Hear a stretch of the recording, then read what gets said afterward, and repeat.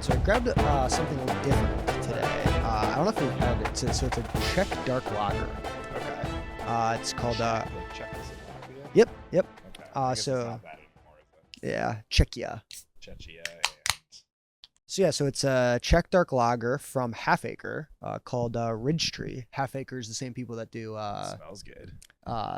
they do the same. They make the same beer as or not the same. Make the same beer. They make I'm completely blanking. I literally was thinking about this before we started, and I was like, I know I'm gonna forget what it's called. I definitely have had a Half Acre Daisy beer. Cutter. Yes, There we that's go. it. Yep. Chicago staple. I'm not a Daisy huge Cutter. fan of Daisy Cutter though. I used to really like it, but then I think when I've started drinking more beer, like different Yeah. styles of beer, I'm like, okay, it's kind of just like bitter and it's getting a little dark. It's That is pretty good. yeah. It was like That's like really it's good. it's getting a little cooler out, maybe a little dark, like dark It's a good winter lager. beer. Yeah, so 4.6%. I mean exactly what I said. It's just a dark lager, a little bit more malty. Still can kind of get the little bready kind of notes in there, but I haven't had this one actually. It's quite good. It's very solid. I mean, God, I haven't had like a dark beer like this in so long because I never drink them over the summer, yeah. And it's finally getting cool again. Yeah, no, I literally like saw it. I was like in between this and another Dovetail one, and I was just like, Yeah. maybe switch it up a Let's little bit. Let's mix it up a little bit. Dovetail like a month Until you straight. give us our money, you don't get an exclusive contract. To be fair, I gotta do a better job posting it because I don't think I've posted any of their. I have a few videos already talking about Dovetail. I went there after my engagement, as I mentioned. So yeah, maybe give us some sponsorship money. Give us something. Well, welcome back, Hawks off Melrose. Week 11. It is more than football this week for the first time in a while. Yeah, it comes at a good time because It we don't have does. any Yeah, the bye week is a good time to start it. Don't have anything to talk about. Our just very brief rundown of this week. So obviously college football playoff rankings came out. We'll talk more about it later. Iowa comes in at number 20. Which means that this Saturday we have a number 9 versus number 20 matchup against Oregon. Top 20 matchup, baby. Kickoff got announced for the following week at USC. It's going to be a 2:30 against number 19 USC. And then obviously women's basketball Monday, men's basketball Tuesday, and then men again on Friday, women again on Sunday, and we also have wrestling on Thursday. So awesome. a lot going on this week. Obviously the basketball matchups, wrestling matchup, nothing impressive. Just warm ups. We're getting into it, but yeah, we actually just watched to date ourselves with the men's basketball game just ended. Yeah, we were really waiting for that to end, and that was, we'll get into it a little bit, but waited for all 60 fouls to go 60 through. Fouls. I mean, if it wasn't a 30-point game, like yeah, we sat there and we watched it drip down from 7 minutes to 0 minutes just so we could get the final stat sheet to talk about in this. Took if it wasn't a game that minutes. really didn't matter, like I'd have been so much more frustrated. I think everyone would have been more frustrated. I'm frustrated that it didn't matter and that we had to, because literally all I wanted was the score sheet so we could talk about it. And they sat there and drug it up forever. All right, well, should we start off with women's because that was yesterday? That was the first game of, I guess, the week. Women's basketball, they played Southern, so typical first game of the year. They won 86-51. I don't think was it on TV. It was on like Big Ten Plus. Yeah, which I do not currently have. I normally get it around this time of year, but I haven't done it yet. I was looking to watch it, but then when I saw it was on that, I was also at work. So it's so expensive. Big Ten Plus is so much money. To get a little bit into the women's basketball game, again, I didn't watch it. I tried to keep up with it and followed along on Twitter and stuff. And for like a game that they played Southern, not a good team. Yeah, it's not going to tell us a whole lot. Not going to tell us a whole lot. I think the standouts for me of what I like kind of saw on Twitter, again, just keeping up with it. Stolke, 20 points, 9 rebounds, 8 for 11, kind of typical like you'd expect from her. The sophomore Ava Hayden, I guess from what I looked at, she had probably the best game out of anyone. She had 21 points, 14 rebounds, and was 8 for 13 from the floor. Saw some good things on Twitter just about like her rebounding was really good, really aggressive. Probably going to be that next player to step up, I guess. Yeah. Chit Chat Right is the new transfer. Yeah. And I know there was a lot of talk about whether she or Addie were going to start too. Yeah. And it seemed like, she had 7 assists? Yeah. Chit Chat had 7 assists, 9 points. I think she left for a little bit with an injury, but then came back like she was fine. But sounded like she was making some good passes, driving the hoop a little bit. I wish they'd have minutes as a stat on ESPN. Yeah, ESPN also like switched up where everything is like stats and field goal and stuff. Like I think on the app you have to like look at I'm more used to looking stats for it on now. the app. Well, even on the app, like you have to press like all stats. There's this like a little drop button, down. to now just see their field goal. Yeah. Like to see how many like shots they took. I'm like, what are we doing? One thing that surprised me was Addie Deal, who was the top 10 recruit from last season. I think she was number 9 in the country. First game, obviously, probably some jitters there. She did have 7 turnovers. And from what I read was like just trying to play too fast. That's going to happen from a young player. Yeah. But again, they played, it's first game of the year, not a lot to take out of, but seemed to be some good, some bad. They seem to have a lot of turnovers, but first game of the year, they should turn that around. So they play Sunday, 2 p.m. against Evansville. So again, not a real team. But they play Drake the following Thursday though, and then Northern Iowa. Yeah, those Drake Northern Iowa back to back is kind of cool, huh? And then number 16 Baylor on the 20th. Oh. Yeah, I mean, I don't know what to expect because I think they're number 21 or something. They're 21 right now. Yeah, so it'd be interesting. I don't know what to expect because you don't have that. Like even last year, you had Lucy Olson after obviously Caitlin left. Yeah. To be like that person, but like I don't know who like that person's gonna be for this team. So I mean, you expect to maybe be Stolke. I think Stolke will step up. Is she a junior or senior? Senior. She's a senior this year. Yeah. Okay. I'm excited to see like actually watch a game, see Addie Deal play. Because obviously, when you have Caitlin Clark as your last big recruit, and then you get and then all right, 4 years later, 5 years later, you have the next top 10 recruit in Addie Deal, and then now next year you have another top 10 recruit. I think I was even looking at ESPN, and they don't even like they don't even have a grade. Like they said, the highest Iowa women's basketball recruit ever is the one from this year. Is the highest recruit ever? Yeah, and then Addie Deal's number 2 because they don't even go as far back as like was it 5 years? 6 years ago? Do they really? They don't have stats that far back? No. That's crazy. Like I bet you could find like certain like recruiting. Like I know you can find it somewhere, but it's not like it was so, not developed that like, you can't even really find like as easy as everything else. Yeah, like, it's not easily accessible. Yeah, like you can't look at who the other schools were that were looking at them or anything. Like it's pretty bare bones. That is crazy. Yeah. Men kicked off tonight.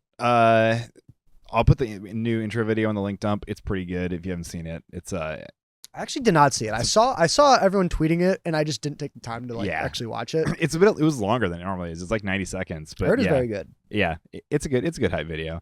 Then my favorite news of the year, which just applies to both teams, we have finally changed the student section layout at Carver. Mm-hmm. We've got seats back up underneath the hoop. So obviously it's like the bowl shape, and they used to be just like empty down below. There were like the small risers, and then there was like where the band sat. So they finally gotten like little bleachers, and so that backs up all the way from the edge of the student section up to the basket, which is like all they've been asking for years, and just Gary Barta refuse. So this is already a step in the right direction. Obviously, it's not phenomenal. Yeah. There's 2 angles of it. It looks pretty good, but like, I mean, I saw on Twitter. I think it was Elliot Clow.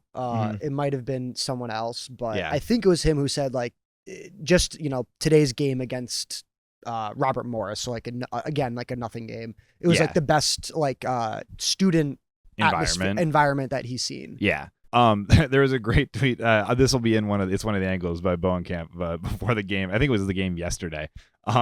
He just says, "God, I hope these seats meet everyone's approval," which is I thought was very funny because it's been the source of a lot of complaints for years now, as it rightfully should be. The student section at Carver is just a nightmare. They should just honestly move it along to the sidelines, get people out of their seats for once in their lifetime in that stadium. Like it sucks. Oh my God! But like it's just Carver's just not the greatest design. It needs a remodel. Yeah, like you don't need to gut the building or like tear down the building. Like you could make it work. They just got to commit to it. Like from Northwest or Evanston, so like I know when Northwestern does stuff like they literally kept the same arena and like just gutted it. Yeah, and like it looks great in it. Yeah, it's like so much better. They have like more like they actually have less seats than they did before. Yeah. But the atmosphere is better because of it. I mean, because it's Northwestern and they don't really get that many people going to games. But and you can't really gut Carver because you need it for wrestling is the thing. Yeah. Like you can't decrease the capacity, but you you don't fix need the layout. That's what I'm saying. Like they are able to like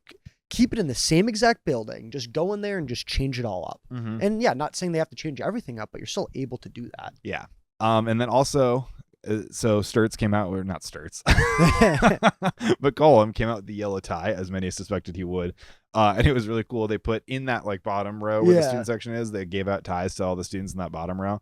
Yeah, that was cool. There's also a great shot on the broadcast of everybody trying to tie their ties. I saw that. They saw that. They're like, oh, it's a little harder than you think. I'll put that in the link dump. It was very funny. It's just a bunch of people like tying them in knots and like sitting there fumbling with them. I love that they're taking advantage of like kind of like a new era of men's basketball at Iowa. Cause like you're bringing in a whole new team, a whole new coach, a coach with, I would say like a lot of history, not in Division I per se, but like a lot of excitement. Yeah, there's a lot of hype. I like the like changing like the student section, giving out like the ties, a little bit more fan interaction. I love that they're doing that. Yeah, because I will say I do think Iowa men's basketball, even when they were very good, has lacked a little bit from like maybe the student perspective of going to games. Yeah, the environment. And the environment is not like, it's the one like sport I'd say besides maybe like baseball that like Iowa's is not as good as they could be. Like I will argue with anyone that Iowa's football is like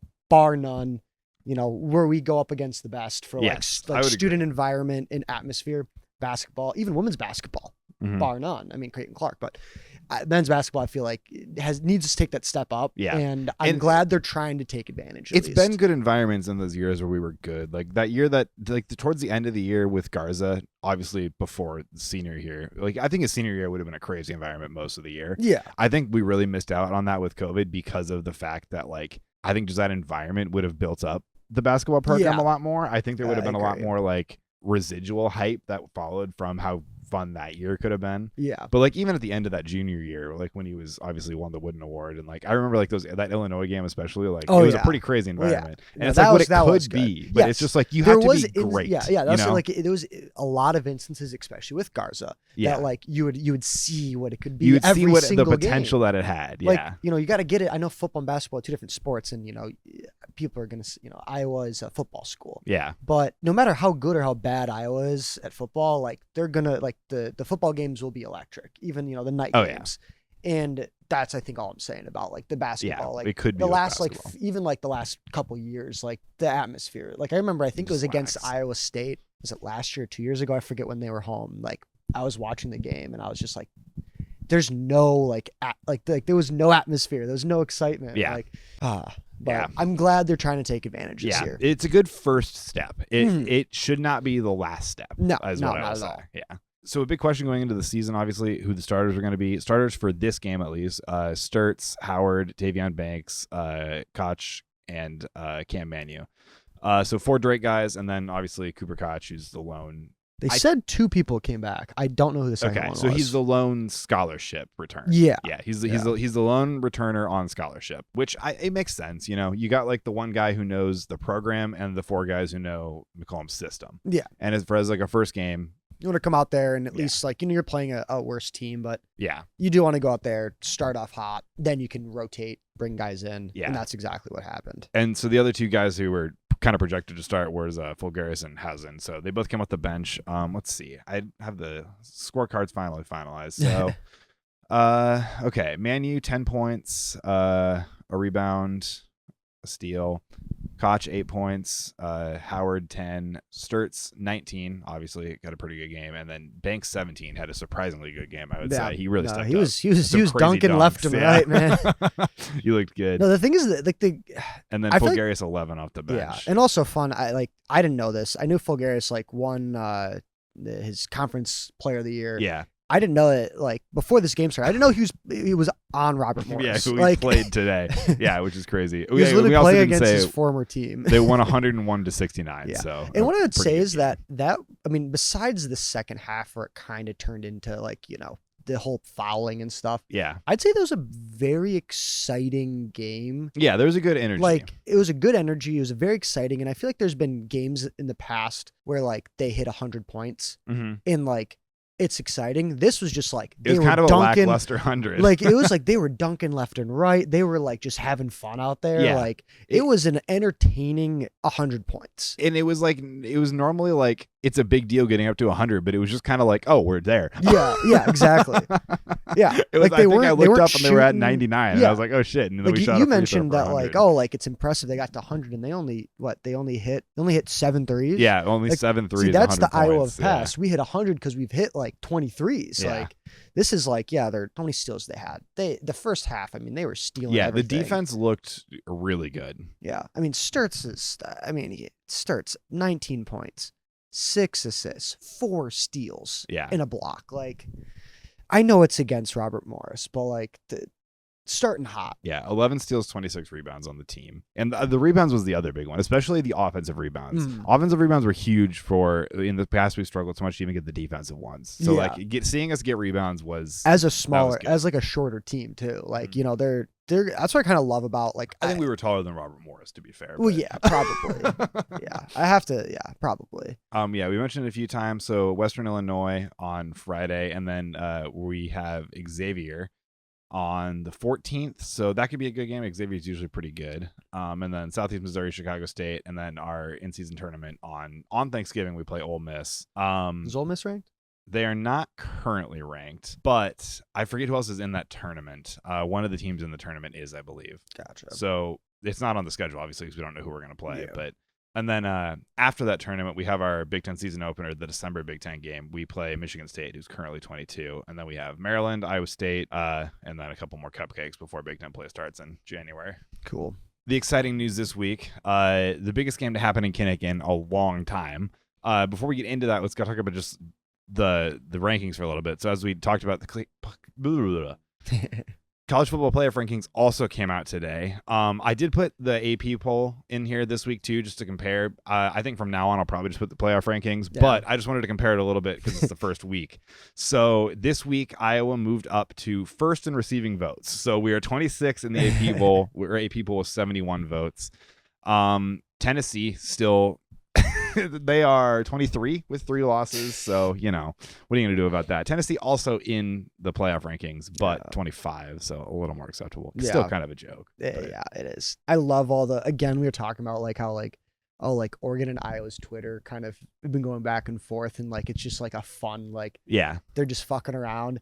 But and then I'm also seing like Tennessee and Iowa, and it's just it's like Tennessee being the most disrespectful, like I think I literally saw like one of them be like, oh, like if we had Minnesota on our schedule, we'd beat them by like 30 plus. And then, but then it was like directed as if Iowa didn't do that. That was just like, talking about the Big Ten in general being easy. And somebody tweeted it or quoted it and it was like, I bet, or like Tennessee would beat Minnesota by 30. And then somebody was like, yeah, Iowa did beat them by 30. I think it was Hawkeyes with the Hawkeyes with a Z. Yeah, I think it was. SEC. Yeah, so it's a little bit better, I will say. Honestly, there's 7 Big Ten teams, I want to say, 4 Big 12 teams. Ohio State tops it, Indiana, A&M, Alabama, Georgia, same as the AP. Then it mixes up a little bit. So in AP, Oregon is 6. Oregon is 9 in the college football playoff rankings. I was actually a little surprised we got to 20. I thought that we were a little disrespected. I thought we were going to come in from 20, maybe 22 to 25. And when I didn't 21. And I didn't see that, I was a little worried. I think when I saw Missouri, I was like, and then I saw Michigan, I was like, okay, I don't think we're getting ahead of Michigan. So I was like, shit, like I don't think we're getting. I do agree that we should be higher than Michigan. So I do think that they got it right. I just didn't think they would do that. I think honestly, I don't know who decides these rankings, but I kind of think they nailed it. They nailed the Big Ten part, I guess. I don't know enough about the other. I don't watch the other leagues religiously enough to know for sure. I still don't think Tennessee should be ranked, but as far as the Big Ten goes, I do think they nailed it. Ohio State 1, Indiana 2. You could probably flip that, and I don't think anybody would be pissed about it, but obviously Ohio State's the bigger brand, and they look pretty dominant. And then obviously Oregon coming up next at 9. It doesn't feel like too big of a disrespect. They lost to Indiana at the end of the day. And then like we talked about last week, there's that second tier of Big Ten teams is USC, Iowa, Michigan, Washington, and that is the order that I would put them in to be ranked. I think Iowa and USC you could probably flip, and it doesn't matter because we're going to play next week and find out anyway. I agree. And I think Washington's actually like a good, I think Washington, do we play Washington? No. We do not this year. Okay. Because I was saying, I think Washington could be like I actually think maybe USC, Iowa, Washington, and then Michigan for me. I just think Michigan's like. Michigan just has the resume for now. Yeah. Like right now, you just have to go off of resumes, and like it'll all sort itself out in the next 4 weeks. Yeah. Okay. So I do want to like I was watching the college football playoff ranking show on ESPN, and I just want SEC bias thing once again. But yeah, I'm just like, dude, the way they were talking, I was like, dude, they're just making it obvious. Oh, the other thing I will say about playoff rankings, Pitt got in at 24, and they are third receiving votes at 35 votes in the AP, and I do think that's pretty deserved too. Yeah. And we also were saying earlier, Pitt is probably the last remaining test on Notre Dame's schedule to knock them out of the playoffs, which would be good in 2 weeks. They play Navy this week, and Navy's good. Yeah. I don't think they're quite as good as Pitt though. So. No, I think Pitt's better. So how like the playoff works is that I think it's like the top 5 like conference champions get in. Yeah. And obviously the outside of the Power 4. I know. I think it's just the Power 4. No, there was a 5 because I remember Memphis was the last team to get in, but they're not actually ranked. That's right. On here. It's the top 5 ranked conferences. Oh yeah, ranked conferences. Yes. So technically, that and is like the champion gets an auto bid. Yeah. So Memphis right now is that top ranked outside of that. Mm-hmm. That they're not in the top 25, but they would be in the playoff. Yeah. If that makes sense. Yes. But yeah, so I just kind of want to go over a few things they said. So for one, when Iowa was shown at 20, they were definitely surprised. Were they really? Yeah, like they didn't know what to say. They were like, oh, like I guess the committee, I guess, really like appreciates like a good loss because they're like, oh, like they did play Indiana. Damn. Like they're like, oh, they did play Indiana like better than anyone else. They talked about Gronowski getting better, but you could tell that they like didn't know what to say, and they think they even said like, oh, like we're getting into that realm where like you start seeing these teams that pop up that you're not sure should be there. Like they literally said that. Here's the thing, though. I'm kind of okay with that. Yeah, because at this point, I think it works to our advantage to be an unscouted underdog. Yeah, because Tyler Kluver had a great tweet when they came out and put us at 20, and he said that 20 is that's exactly where you need to be because. Yeah. If you win out, you're in the playoffs now. And the way he put it is every game's a playoff game. From this point forward, every Saturday is a playoff game. Yep. And you win out, you make it. Yeah. And if you don't, 100%. You don't. And honestly, that's fair. Yeah. Like if we lose another game, we probably shouldn't be there. But if we win them all, we should be there. Like I'm happy. We will be. I'm happy that we're number 20. And I think that's where we should be. I would have been annoyed. It is kind of crazy that they are like shocked about it though. Yeah, that's what like annoyed me. So again, I'll go, they're getting to the top and they're talking about Texas and then Oregon. They're talking about Texas first because they came in at number 11. Mm-hmm. And they said, oh, like, Texas, like they're going out there and they're getting their wins. They're not pretty wins, but they're getting them. And they literally said, you just need to win. And then 2 spots later at Oregon, they said they don't prove it enough in those wins. They got to win it big. And I'm sitting there and I'm like, you literally just said the opposite. Have to win. They literally said the opposite of what they said for Texas. I was like, it would be one thing if like they said it like 10 minutes earlier for a team down like in the 20s, but I'm like, you literally said it 2 minutes, like literally a minute ago. You literally said a minute ago how Texas. Well, yeah, but have you stopped to consider? They're only ranked here because they just get the wins. They didn't look good, but they just got the wins. It's all that matters. And then a minute later, say about Oregon, oh, well, they haven't played anybody, and they just haven't proved it enough. I mean, have you considered, though, that Oregon doesn't have a Manning? Yes, I think that is like, well, yeah, Texas is the brand. Texas is, SEC now. Like, so on top of that, they're talking about the top 3, and all of them, of course, are saying Texas A&M should be number 1. Yeah. And that's crazy. Yeah. I mean, I get it, but they're like, oh, well, they should be number 1 because their strength of schedule is better than Indiana and Ohio State. And I love when they bring that up because I'm like, yeah, they're looking at the strength of schedule that they put together because of preseason rankings. Yeah. Texas A&M opened the year, they beat UTSA 42-24. Utah State. They beat. I think they beat Notre Dame by 1. They said that. They said only that that's Auburn the by best. 6, 10-16. They said that Texas. They said another reason they should be number 1 is that they have the best win out of anybody, and that is beating Notre Dame. This schedule strength isn't that crazy. Notre Dame's a good win, but I mean they beat them by 1 point, and then LSU, I guess. I mean, LSU's not ranked. Other than that, They like fired their coach. Florida, Mississippi State, both suck. Arkansas, not great. They only beat Arkansas by 3. They're not bad, but they're not great. Only beat Auburn by 6. Yeah. That's just like, that's the thing is like, you can look at any of these teams, even Big Ten teams, and be like, oh, they only beat this team by this much. But like, to like 3 of the teams they beat don't have coaches anymore. Yeah.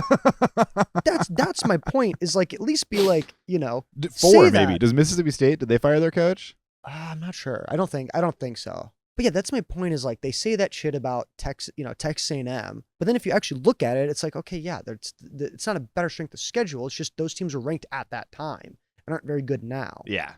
A&M's upcoming games, you have Missouri and South Carolina, 2 pretty good teams, and then obviously SEC bye week against Samford, and then Texas at the end. So honestly, the strength of schedule is probably so much higher because of their last 3 games that they haven't played yet.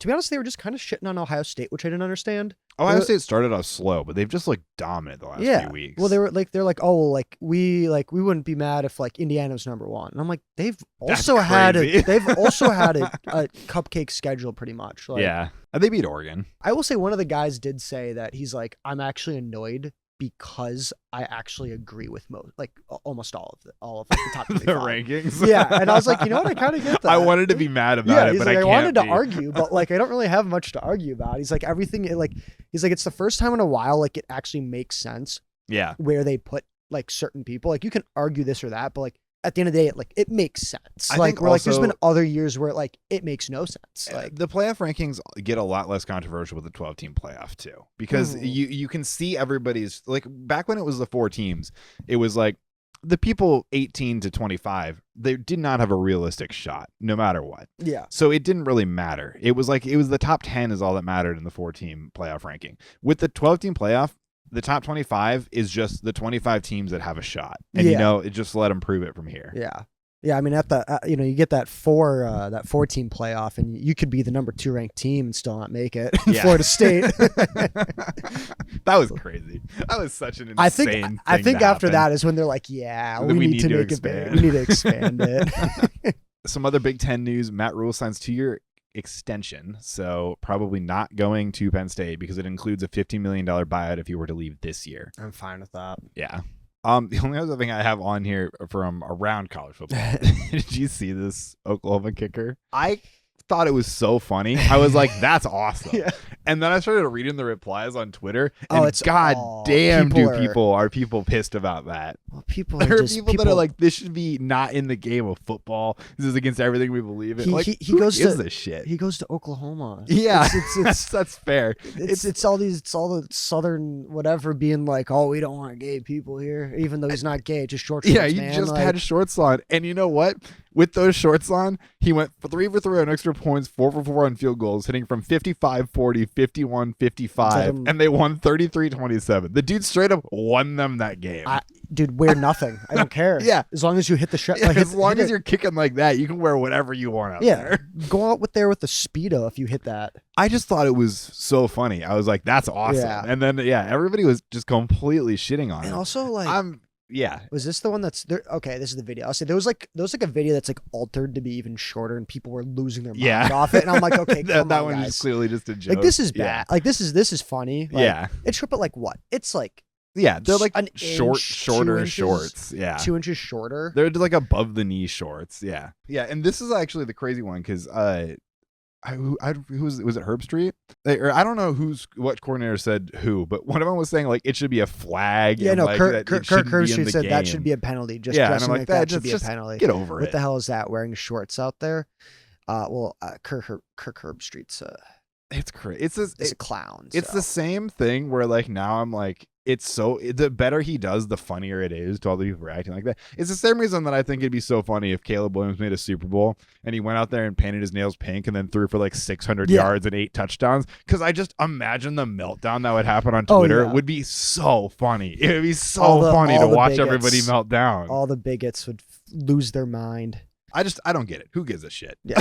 It doesn't affect you whatsoever. Why do you care? It actually affects you positively. Yeah. If you're on if you're a fan. Yeah. If those shorts are what makes him kick like that, you should be rooting for that. Yeah. Just like, get it shorter. 2 55-yard field goals and a 51. Also, like, he's absurd. out there. He's out there for like 10 seconds. You have to watch it for 10. You see a close up of him for like 5 seconds, and then you're watching the ball go. Like, Yeah. like who cares? And honestly, it like, I don't know, I'm not a physics major, but like logistically it makes sense as a kicker. Like Yeah. you don't have baggy pants out there that are going to get caught on something, or like you're not going to like step on them running up, or there's not I bet you less drag or whatever. Yeah. Like it makes sense as a kicker. Oh yeah, It's the same reason you put a ball cap on when you're swimming. Yeah, just You like, wouldn't think that would affect you at all, but apparently it does. Yeah, no, I mean, I can 100% see that. I was like, I know, it was the same way. I was like, Yeah. oh, that makes sense, actually. I'm surprised more kickers don't do that. Yeah. Like The logic makes sense. Yeah. I originally put it in here because I was just like, that's so funny. Or, like, that's awesome. And then I started reading the replies and I was like, holy shit. People do not like this. Yeah. People were very mad about it. Week 11 matchups. We finally got in the graphic. So we don't have to be mad about it like we thought we did. We did make the graphic. Indiana Penn State made the graphic. The big one, BYU Texas Tech, which I believe is game day, I think. Yeah, it is.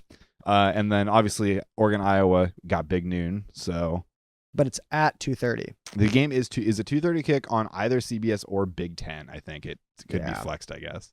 So if Missouri beats Texas A&M, like, or if like LSU beats Alabama, like they're just gonna keep talking, man. I mean, if LSU beats Bama, I don't know how that would affect SEC standings. Let me look up the SEC standings really quick. While you do that, I love how they just happen to like kind of sprinkle in this graphic Florida State versus Clemson. that is like the sickos game. On paper, that's a great game. Yeah. Or not on paper. On eye test of just being like, oh, the Florida State Clemson. Those are two good teams. It'll also be a great game, but not for the reason it should be on this graphic. Oh, yeah. I didn't even notice that. That's kind of insane. That is like the sickos great game of the week. Yeah. SEC standings. A&M obviously in the lead. Alabama is 5-0 in conference. So their only loss was to Florida top State. Of the conference. Yeah. So yeah, it would come down to tiebreakers, which again I don't understand in 18-team conferences. So I'm not even going to try to sit here and comprehend that right now. Yeah, we'll look back on that in 2 weeks. Yeah, no need to look at it now. Too deep this week. Bo Stevens, good to go. He got dinged up in the Minnesota game. He came out for a little bit. I think didn't he end up going back in during the game too? I think so. Yeah. I knew he got banged up, but I didn't think that like he'd be out for. Yeah, they announced he's good to go. And then Gronowski also said in the press conference he's not at 100%, but it's the best he's felt in weeks. And which honestly, that kind of confirms my theory in my head that it is probably something that's going to need surgery on, and he's just playing on it. You know. Yeah. I mean, if he looked like he did last game, he said that he feels even better than he did against Minnesota. Best he's felt in weeks. Jacob Gill said that he's quote unquote back to throwing darts and like that, or back to throwing full throttle. Sorry, is what he said in practice. So. Okay, so I mean, because I guess like that is one thing where because he's done so well just like running the ball, like his passing hasn't been amazing. Yeah, but, like, I mean, it looked good against Rutgers, and it looked good against Indiana after the really bad start, obviously. Yeah, but he had those 2 games where it did look really good, and then obviously. Well, I'm saying after the injury. Oh, I feel like he hasn't been great, but like he's played well still with the running and stuff. Yeah. So, and I'm sure a knee injury throws your passing off a little. Yeah. So if they're saying like, oh, he's feeling better passing the ball, that's just like a great thing. That being said, the forecast is looking pretty rainy for the game on Saturday. So if you're going to bring a rain jacket, but that could end up playing in our favor, honestly, if it's kind of an on the ground. Oh, if it's in the trenches, baby. I'd love a trenches game. Yeah, but maybe not. We might not see his full throwing, but that's true. Yeah, it's a Pac-12 team. That being said, though, they are in Oregon. It probably rains at a lot of their games. That's true. Yeah, but I do think that cold weather and rainy does play in our favor more than it does Oregon's. Oh, you're saying that they play in Oregon, so it probably rains. I'm sure it rains a lot. I do wish it was a little colder, just to a little chillier, just to bring the bring maybe the rain and the cold. Come through, maybe we'll get a little frost in the morning. Another fact about Gronowski that came up this week: he's the only player in college football that scored a rushing touchdown in every game this year.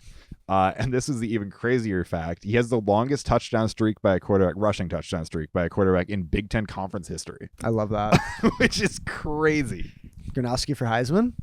Yeah, we looked at those odds lately after we were shitting on the 50,000 for a while. Okay, Gronowski's Heisman odds. A lot of places aren't even offering him because we're just low enough in the year where we're down to like it's probably 1 of 10 candidates. You know, unless he goes on just a monumentally legendary run. I mean, if we drops win out, 70 well, I'm saying against Oregon, and then if we win out, let's say, and he has like a rushing touchdown and throws a few touchdowns, like he like brings us to the playoff. I still don't think he's. I don't think he'd win it. But I don't even think he's on the books. I think he'd be on the books. I think he would have to have a legendary performance down the stretch here. Because the thing is that. Well, I mean, he'd have to. It'd be if he did that against Oregon, USC, like. Yeah. If he goes out there and he like rushes for 2 touchdowns and throws 3 against Oregon and then just keeps like that kind of performance up, I can see him making it on the books. Yeah. Oh, sorry to interrupt. Like we're talking about this, but kind of something that I completely forgot about for kind of looking at the around the college football. Dylan Raiola out for the year. Oh yes, yeah. I had that tweet. I forgot to put that in. Yeah.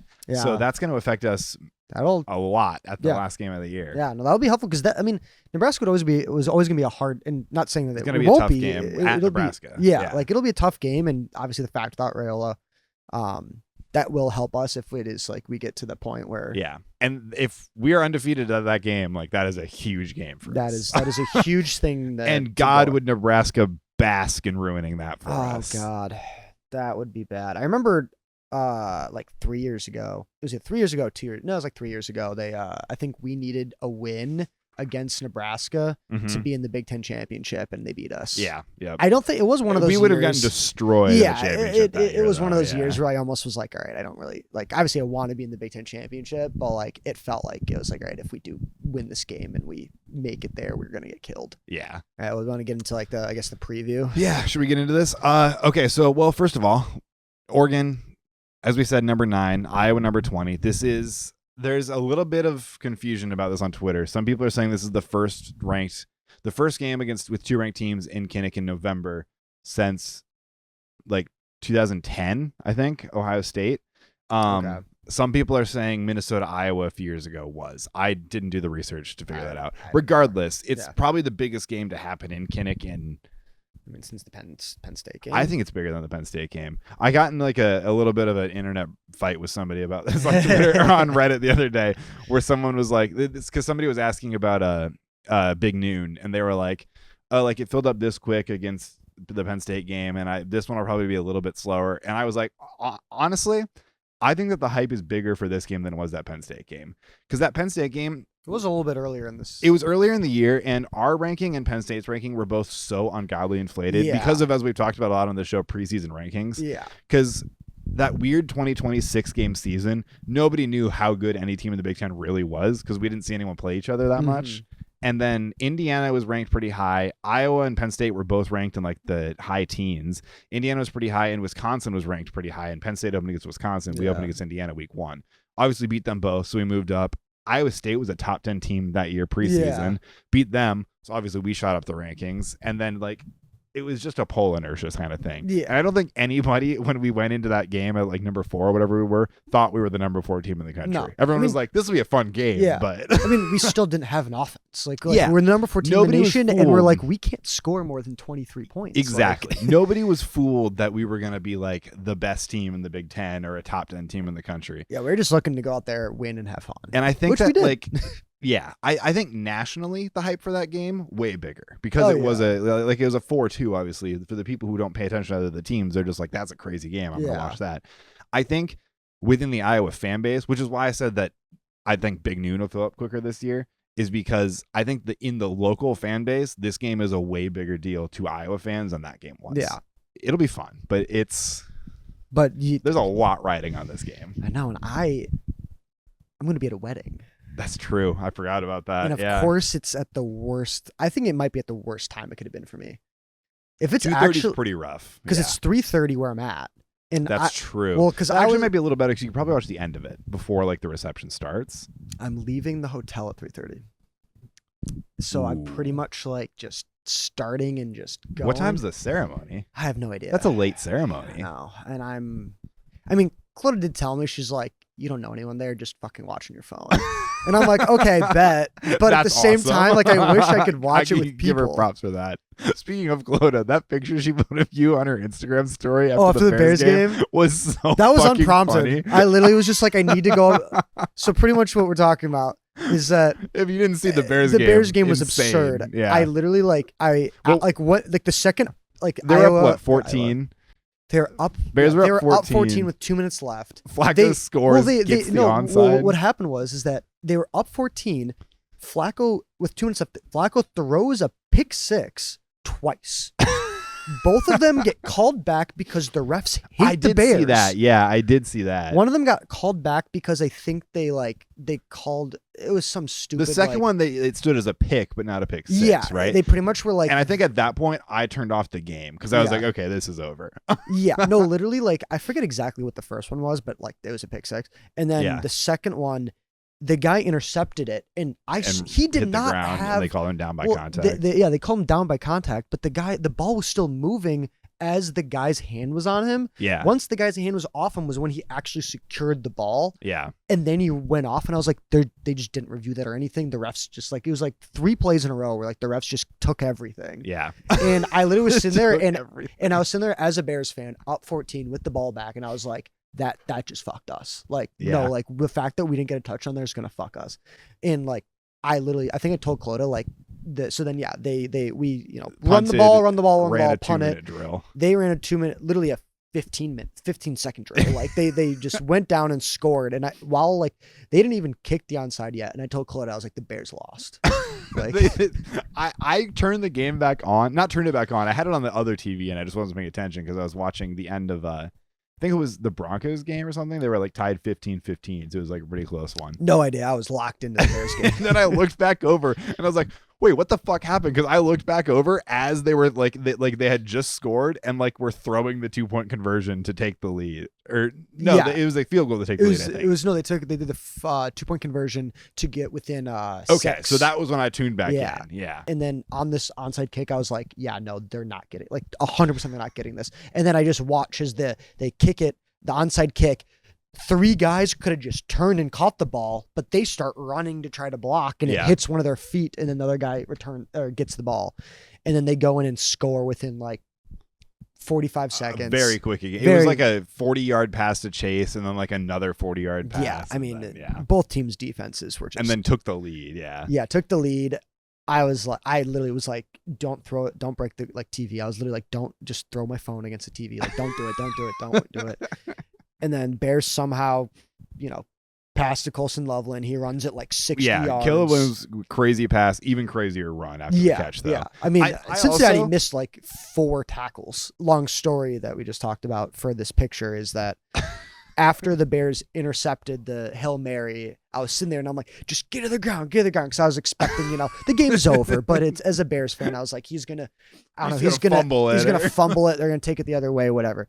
And the second, he went down, they won. I literally didn't say a word. And I just got into a ball on the ground. And I was just like, I literally just sat there, and Claudia took a picture of me. I literally laughed out loud when I saw that photo. It was so good. I literally went for a walk after. I was like, I need to just calm down. The amount of emotions that happened in the last, at that point, 30 minutes of just, we're up by 20, we're up by 2 touchdowns. Oh, that game was over. Pick 6, it's over. We're up by 3 touchdowns, 2 minutes left. We've won. To okay, holy they shit, took we're it back. down the 1. Refs suck. All right, down 1. Fuck my life. Yeah. Joe Flacco, game of his life, still lost. Yeah, that was his career record passing yards in a game, I think. All right, well, that was a completely. Oh yeah. Anyway, back to what we're here to talk about. Biggest game of in a long time. I'm too nervous to talk about it. Yeah. So Oregon comes in, 1 loss only to Indiana. So in Big Ten, same as us, fucking Iowa State. But which, quick side note, goddamn, is their season not falling apart? You say sorry, who? Iowa State. Oh yeah, I mean they Arizona got State lost without their starting quarterback. Arizona State beat them at Iowa State. I think they've had a lot of injuries. They have, but still, no, you it's should still not bad. lose that game. No. Another quick side note: did you see the injury in that Iowa State game? No. The guy I think it was a tight end. He got hit, and he was very slow to get up. Walked about 7 feet and just fell to the ground and started seizing. Oh, what? It was very scary. And they brought out the cart, pulled him off. And he gave a thumbs up as they drove off. But the craziest thing was after that happened, he wasn't even into the facility yet, and they were already lining back up for the next play. And I was like, give him 5 minutes for the love of God. Seized. That needs to be a thing in football, college football especially, where just give them 15 minutes after that. You know, I know you got TV times to make. I mean, but if you actually like do like the whole like season or whatever, like you have that is a bad concussion. Yes, you should not come back on the field. It looked for a at lot like least, the like, DeMar 2 weeks. Hamlin thing is really what it was. He got hit in the chest and then he like stood up, started walking, and then just collapsed. But yeah, so there's not. I don't know what to say about this game. It's I mean, I kind of looked at like kind of the last few games. Last game Oregon played against Wisconsin, and that was the game where like kind of people were looking at that like, oh, like are they as good as we think they are? Because they won 21-7 against Wisconsin, who like we killed. Yes. Who most teams have killed. Wisconsin, and I think the big thing that stood out to me was that Oregon had 0 sacks, and I think it was only like 1 to 2 like tackle for losses, and they only gave up 7 points. I didn't watch the game, but like Wisconsin, being as bad as they are, 4 sacks, 7 tackle for losses, and it pretty much and it seemed like Dante Moore, their QB, didn't have a good game. Like I think their backup came in, they've played their backup Brock Thomas sparingly, and I think he's actually played most of the games, and he throws like 2 to 4 passes. He had a touchdown pass in that game against Wisconsin. Like a specialist package or something even. Yeah, I don't know how they used it again. I didn't see the game, but just kind of looking at the stats. Against, kind of looking at the game where, the game, obviously, like we played Indiana, they played Indiana. So kind of looking at the same opponent, they lost 30-20. Indiana, 6 sacks, 8 tackle for losses. So maybe that's something that like, if our defense can get to the if our D-line can get to him. Yeah. Like and we've talked a lot about Parker's and a lot more blitzing this year, and our blitzes have looked good, especially like Entringer and Wampa off the blitzes have looked really good. The last few games has been very good. And I kind of noted on here, it does seem like because Dante Moore has been struggling a little bit more than expected in some of these games, that they have been running the ball well. They don't seem to have one like horseback, or what do you call it? Workhorse. Yeah. But they're top 3 running backs versus Indiana. Kind of like us, honestly. Yeah. No, they had 8.3 yards per carry. Their top 3 backs, 16 carries, 133 yards. There was a few other guys that didn't do as well, but those were just their top 3. Yeah. And then against Wisconsin, they pretty much just won the game off of running the ball, 45 carries for 203 yards, 2 touchdowns.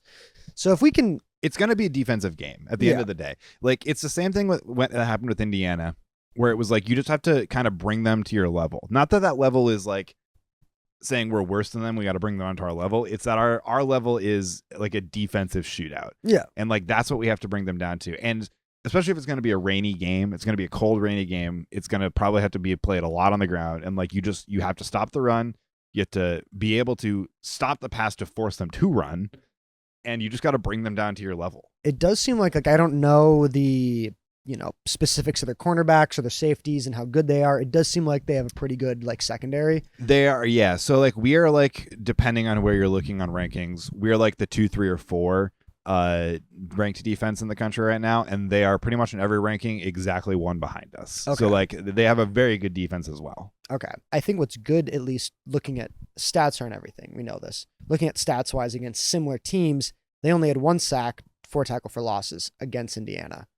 I can't remember what our stats were. I'd have to look that up. But like, if we can kind of keep it to around there, and Gronowski can get out of the pocket, run a little bit, we can get our run game going, I think that's how we win. Because I'm like, we will always have a good, if we can get the run game going, it seemed like teams were fine against their rush. I mean, you always can say on paper, like what on paper, was it Wisconsin that had like a top 3 like rush defense? Was that Wisconsin or was that, no, that was Minnesota. It was Minnesota. Was it Minnesota? No, it was Wisconsin. It was supposed to be Wisconsin. Yeah.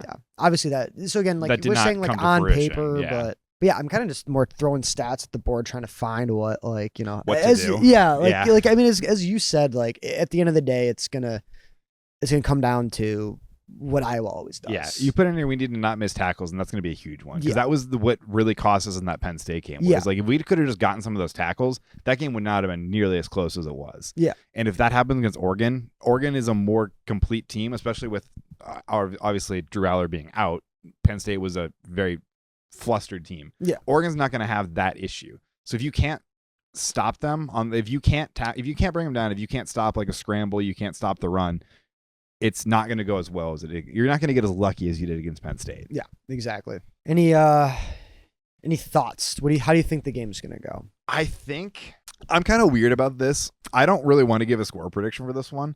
It's the same thing I where feel like that. all these Twitter accounts will like a lot of the like Twitter accounts will put out like who do you think's going to win this week? I never vote on those polls Yeah. because I just don't want to jinx it, you know? Yeah. I just don't want to it's so dumb, but I never want to do it. See, this is why I'm almost like worried that it's on me to pull it up on my phone to watch it. Mhm. Because I think when I'm at this wedding, I might like be too nervous that I'm like, all right, I'll just like keep updating like the score to see how it is. Yeah. To like actually watch it. Yeah. Because I'm gonna be too nervous to actually just pull it up on my phone and watch it. It's like there's a great video. Oh, I'll see if I can find this to put in the link dump. You remember when Tennessee beat Alabama on that like walk-off field goal at the end of the game? What year? It was like 2 or 3 years ago. Okay. They beat him in Tennessee. It was when they had that quarterback and then he got hurt like the next week. Okay. Yeah, they beat Alabama on that walk-off remember his field goal. And there's a great video of some guy at a wedding, and he's got the thing up on his phone, and they're getting ready to kick the field goal. And like the DJ comes over the wedding, he's like, "Now introducing Mr. and Mrs. So and so." And like as they do that, the field goal goes in, and he stands up from his chair, and he's like, "Yes!" It's just like the most phenomenal timing. They're like, oh, like, thank you. That's a good friend. it was so good. Dude, that will be me, because I don't know anyone at this wedding. Yeah. I don't want to give a prediction because I don't know. I don't think it's going to be a very high scoring game. I think it's going to end up a lot like Indiana, where it's not going to be a high scoring game if we win, I should say. Yeah. I think there's a chance that Oregon shows what Oregon's offense can do. Yeah. And I still think their is, secondary has like holes, and I'm afraid that they could be exploited. Yeah, I agree. And I'm worried about just the last 2 big games, Penn State and Indiana, right away turn the ball over. That's also a just great like, point. I'm like, it can't happen a third time, but it easily can. I'm so easily could. You know what I want to see? I want to see. Actually, I don't know. Against Penn State, I wanted to see Kirk Ferentz defer the ball. Against Oregon, especially if you have Gronowski feeling good and you're confident, it might be better to take the ball and just try to punch him in the mouth. I'm quick. fine with that at home. Yeah. We don't need to rattle them. It's Oregon. Yeah, you're not gonna rattle them. That's even if they have a bad opening drive, they're gonna be okay. That's the only reason I wanted it against Penn State was like, all right, they have a new QB who hasn't played. Yeah, like you'd almost be better off trying to get a quick touchdown and punching him in the mouth a little bit than you would trying to rattle them on defense. Yeah, 100%, completely agree. Yeah, the run game's gonna have to step up, but at the same time, I think that they've said Gronowski looks better throwing the ball. And when Gronowski has thrown the ball well, Wisconsin and Rutgers, we've just dominated. Yeah. So this feels dumb to say, but if the running back's going to have a good game and Gronowski can throw the ball, we could have a great game, which of course, if you can throw the ball and run the ball, you're going to have a great game. I think it's just the wide receivers need to get open and catch the damn ball. Absolutely. Throw it to them.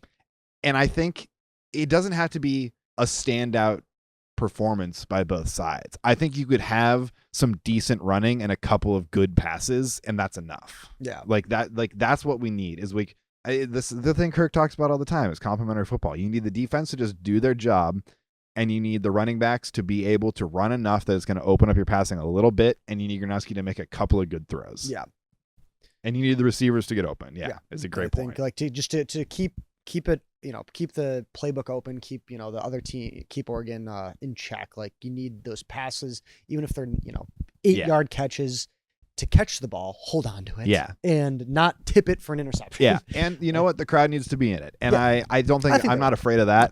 They will be. The game's sold out. They also announced parking lots are going to open at 7:45, which is earlier. And they even said that fans are encouraged to arrive early. So they said start drinking. There's also a rumor that we're going to be wearing alts for this game. No idea what they're going to look like. I doubt we do the golds, considering it's Oregon. I don't really know what alts. But if you're going to do the all black, we did the all black for Minnesota too. Is the thing.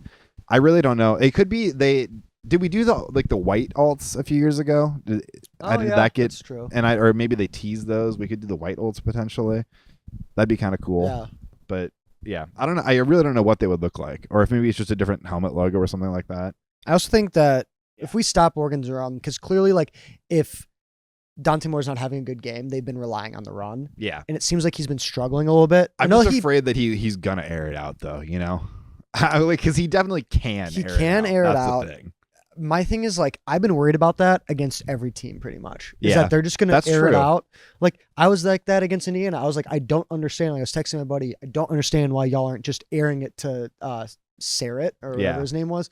Like, your NFL wide receiver. Like, you got an NFL QB and an NFL wide receiver. Like, I don't understand why you're not, like, airing it out to them. And they just weren't. And I'm like, that's got to be, like, either they're covered enough or, like, so I feel like that's, you know, the only time I feel like that really hurt us was actually against Maryland. Like, or Rutgers. Yeah. No, I agree. And honestly, and that game too was like, it was such an offensive and quick paced game too. The defense was probably getting tired. Yeah. I think honestly, one of the biggest stats in this game is going to be time of possession. Like if we can have some just like long drives that really kill the clock. Iowa drives. Yeah. I think that our odds of winning this game go up heavily. Yeah. I think if we can, my prediction is going to be if we can hold on to the ball 60% of the clock possession, we will win the game. And if we can't, not saying that we won't win if we can't do that, but it's going to be a lot harder to win. I think that Gronowski needs over 150 yards passing to win this game. I would agree. Oh, we feeling another Weegian touchdown? Little kick six. Dude, honestly, I don't know about a return touchdown. I don't think he'll do a return, but I think he'll at become least such a reliable receiver, though. Yeah. To be honest, like even just outside of those like jet sweeps, like his receiving looks good, and like those screen passes they've chucked down to him, I think those could be huge in a game like this, especially if you're like exploiting the run. You know, if they stack the box, just screen pass it to him on the outside. Yeah. I need that confidence he had. I know it's a whole different ball game. I need that confidence he had against Minnesota where he's catching it with a guy like a foot away from him and still just taking off. Like this could also be a huge game for Vanderzee. You know, this is a really good defense, and he's just like, he's kind of what we're lacking in the tight end department right now. He's just like that big target where you can just throw up a jump ball and let him go after it, you know? Yeah. Like this could be a big game for him, and he looked really good against Minnesota for like his second game back, like still just getting into the swing of things. Yeah. I don't know if I have much else. That's pretty much all I got. Just excited for the game. I'm excited. Not really I'm sure. nervous.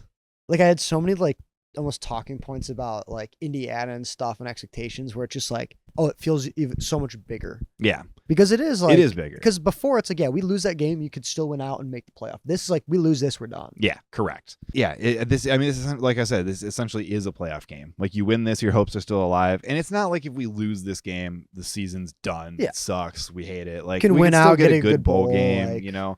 And like we talked about, the better this offense does, the more the perception of Iowa's offense changes, and the better it's going to be for us long term. I think Gronowski is worth what we paid him for that alone, no matter how the season ends. That 100%. Being said, I would love to make a playoff. That'd be. Yeah. I always say, everyone talks about like, everyone's like, what's the best day of your life when your kid's born or whatever, you know? The best day of my life would be Iowa winning a national championship. And it wouldn't be close. You know, everybody has a kid. Iowa never wins the national championship. No, like I think I've said this to like Clota before, or like just being like, no, like do you I will apologize in advance, but this will be the best day of my life. Yeah, no, like I've thought about like, you know, my favorite team in any sport's probably like the Blackhawks, because like hockey's my sport. I've seen them win Stanley Cups. Yeah. And I was a little bit younger, but like that, you know, obviously like immense amount of emotion. And it's also a lot easier in professional sports. Cubs winning, I was like, you know, happy, like practically crying. Yeah. But I think if Iowa won a national championship in football, I would be bawling my eyes out. Dude, it would be an emotional train wreck of a day. Like I would have a headache the next. I feel like the game could kill me. Oh yeah, yeah. Like I think I could pass out like watching it. If Iowa's in a national championship game and it is like a close game in the fourth quarter, like there's a good chance I have a heart attack. Yeah. I've like thought about it before, and I'm like, I can just feel how like I can't imagine like, oh, like we're kicking a game-winning field goal for a national championship. I can't. I remember how nervous I was kicking a game-winning field goal against Pitt. Yeah, in 2000 was it 2009? Yeah. Like imagine kicking that game-winning field goal against Alabama in a national championship. I would go into cardiac arrest. Yeah. I don't think I could watch. Like I literally don't think I could watch it.